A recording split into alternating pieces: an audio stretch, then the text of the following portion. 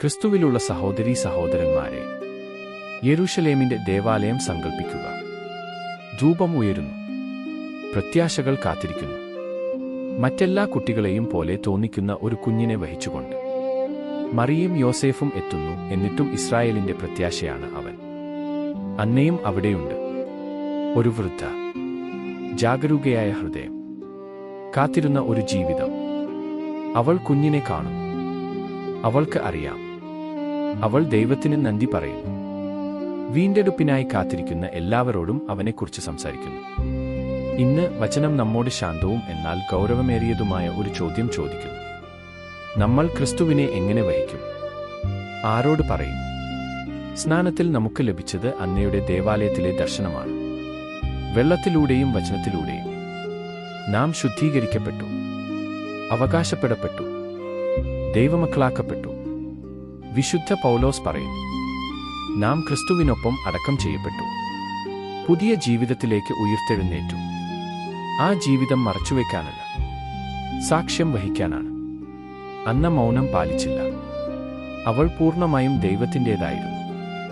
തിരുവെഴുത്ത് നമ്മോട് മുന്നറിയിപ്പ് നൽകുന്നു. ലോകത്തെയോ ലോകത്തിലുള്ളതിനെയോ സ്നേഹിക്കരുത്.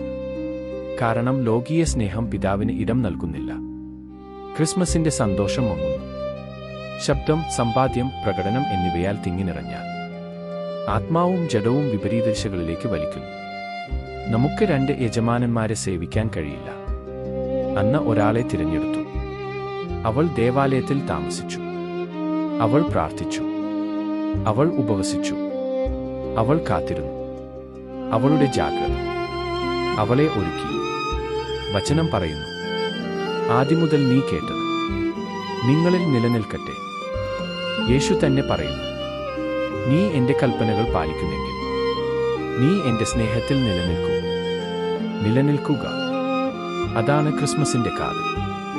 ജീവനുള്ള വചനം നമ്മെ രൂപപ്പെടുത്തും. നാം അത് അടുത്തു നിൽക്കാൻ അനുവദിക്കുമ്പോൾ. ദൈനംദിന തിരുവെഴുത്ത്, ലളിതമായ അനുസരണം, കരുണ, നിശബ്ദമായി ജീവിക്കുക. ഹൃദയം ആഗ്രഹിക്കുന്നത് നമ്മൾ പാടുന്നു. എനിക്ക് വെള്ളി ആവശ്യമില്ല, എനിക്ക് സ്വർണം ആവശ്യമില്ല.